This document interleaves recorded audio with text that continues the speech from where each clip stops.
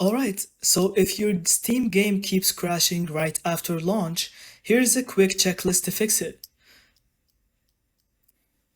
Step 1. Verify your game files. Right-click the game and go to Properties. And then, under Installed Files, press on Verify Integrity of Game Files. This fixes most corrupt file issues. Step 2. Update your graphics drivers. Outdated drivers are still the #1 reason game crashes. Grab the latest from NVIDIA, AMD, or Intel. Step 3. Disable overlays.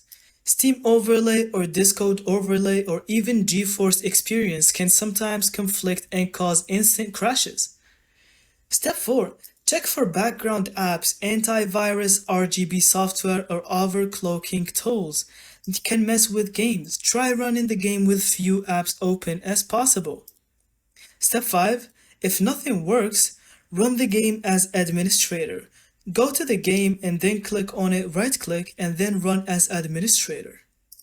That can fix weird permission issues. And bonus tip, if your game just updated and now it crashed, sometimes the fix is simply waiting a day or two for a hot patch. Developers push them out fast. And that's it. Thank you so much for watching. I hope you found this video helpful.